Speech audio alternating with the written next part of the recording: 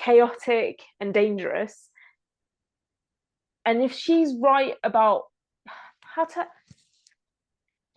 illustrate this properly, of just, if you're holding on to values, and you're right to hold on to these values, like me, if I'm holding on to the values of, like, not over drinking, not, doing drugs and things like that, the consequence to, if I put these values aside, is violence. And it's putting other people's lives in danger, it's putting your life in danger. That's the consequence to, kind of reassessing my values, I feel. It's like the direct, if I'm going to start doing all, accepting this behavior, this is what the consequence is. So I feel it's a good value to hold on to.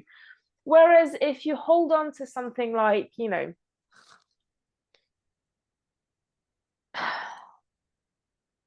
cleaning up after yourself, or being specifically organized, or saying you're going to pick up someone from the airport and then you don't, and I'm just like picking these out of nowhere, just trying to, and let's say somebody forgets to pick me up from the airport and I'm so angry about it. What's the consequence to somebody forgetting to pick me up from the airport? I'm late. Fine, I'm a bit stranded and it's a bit of a pain, but I'm late somewhere, or maybe I have to spend 20 euros on a taxi or something. Is that really a bad consequence? Is it worth me holding on to that and being extremely angry and ending the friendship, type of thing? Do you see what I mean? And you want to, just reassess and, like, you can tie this in with cheating or all of these things of, what is the actual consequence to this act? And cheating, I think, is an interesting one, because I had a client yesterday that we would, like, he's a single guy, and has, like, he's this, Italian good looking guy. He's just a bit shy. He's like in mid-30s, handsome, works out. He's just like slightly on the shy side, but he knows that he's a catch, type of thing.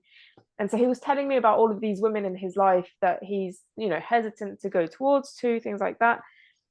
And a couple of them are in relationships, and we talked about cheating and things, and I say, you want to have this value of, avoid cheating. I think it's a good, kind of like dependability and honesty and things like that.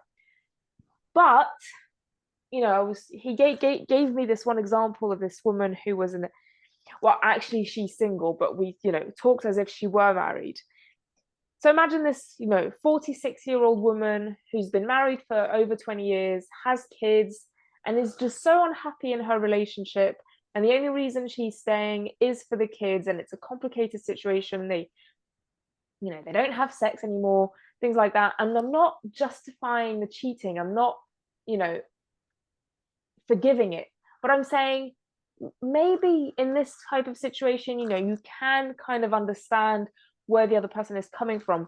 Whereas if somebody is cheating, they've only been in a relationship for a couple of years, and they're not even living together, and they're cheating, and it's just, well, then no, you're not, you're just giving up easily. And it's, so what are you holding on to, honestly? Like, what's the consequence of this action?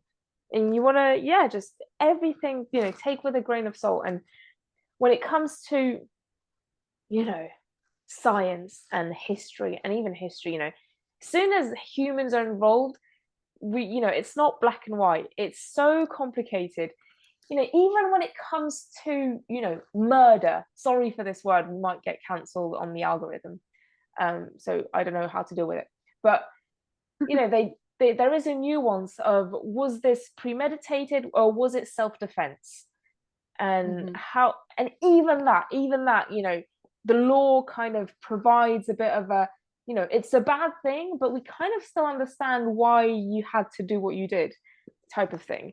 So if that, the worst possible thing, I think we all agree, is that tickle it down to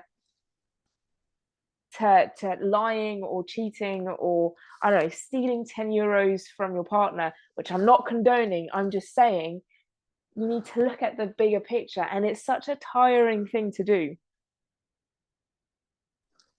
Yeah, I think, you know what, I think once you create a healthy, calm mindset for yourself. I've been working on myself a lot the past few years to try to take things easy, to not hold on to grudges and anger and resentment. I think with time, it becomes a bit easier to be able to be in a situation and not get stressed out by it or by the other person, to not get overworked or overwhelmed. And I still do, you know, it's very hard to achieve this 100%. And I think it's just something that's you have to constantly work on. And I think, you know, you're talking about getting violent beforehand. And in my humble opinion, when you aren't open to other people's opinion, when you always have to be right and have to have people agree with you, you become a more violent person because you would do anything to defend your stance. And you know, I see this all the time. It's always the side that's unable to accept that both sides can be correct and true at the same Yeah, time that is the more violent side, that is the more obnoxious side, or because you become just so aggressively loud and violent, and everyone has to agree with you. And I see this now with all these so-called progressive Gen Zers that, you know, they want the world to understand them and agree with their perspective and with their pronouns and whatever it is. But as soon as you ask them to do the same for you, it's World War III. yeah, And it's because they can't accept your side. They just want you to accept their side because in their minds, they are correct and they're right, and everyone has to agree with them.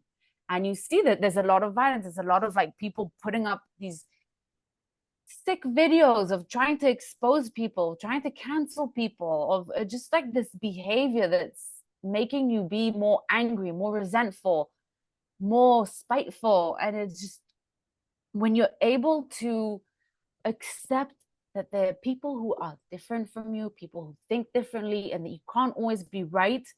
And it's not just black and white, like you were saying, there's 1,000 shades of gray in between. And, you know, you can be right and the other person can be right. And it's just not always one right answer for everyone. And you have to accept that. And when you do that, it's much easier to let go and to be more open minded and to just live a calmer, cooler life where you're just doing your thing and letting other people do their own thing, and understanding that you don't have to live in a constant battle to get everyone to agree with you. Or I don't know where I'm going with this anymore, but yeah. yeah. I think it's, you know, you want to pick your fights, and I think, and make sure that you hold on to things that's, you know, to the really important things, and you know where you put your energy, type of thing. And yeah, I mean, Yeah, it's not letting go of your values. It's just being able to say, this is not worth my time. This is not worth my battle. This is not worth my breath and my energy. yeah, And I think that's part of having values, is to be able to just walk away and say, this is not worth it. I want to live my life. yeah, You live your life and leave me alone. yeah. But I also think, you know, what we want to make sure that we don't give up too easily either, which is kind of this Yeah.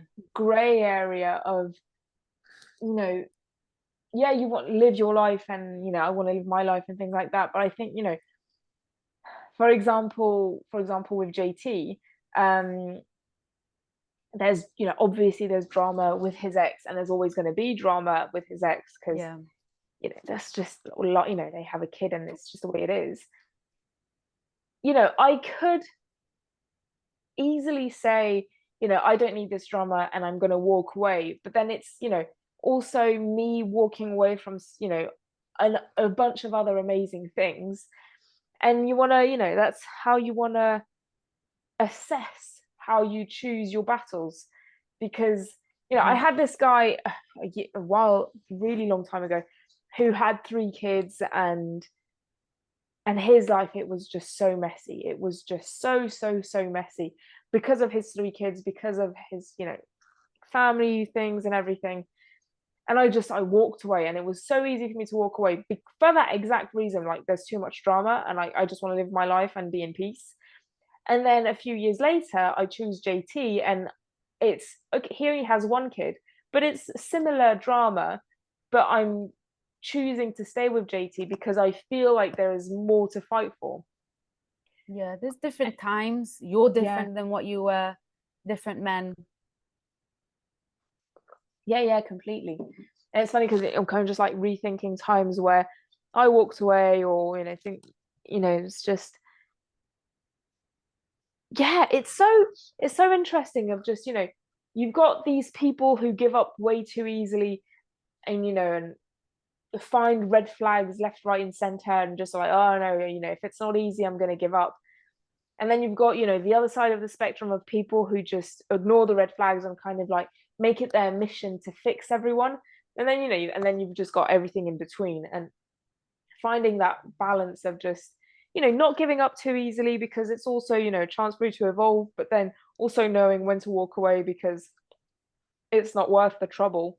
And Yeah. accepting when people walk away from you because they may think that you're not worth the trouble, or and it's, or they just giving up too easy, and it's just it's going in it, on all sides.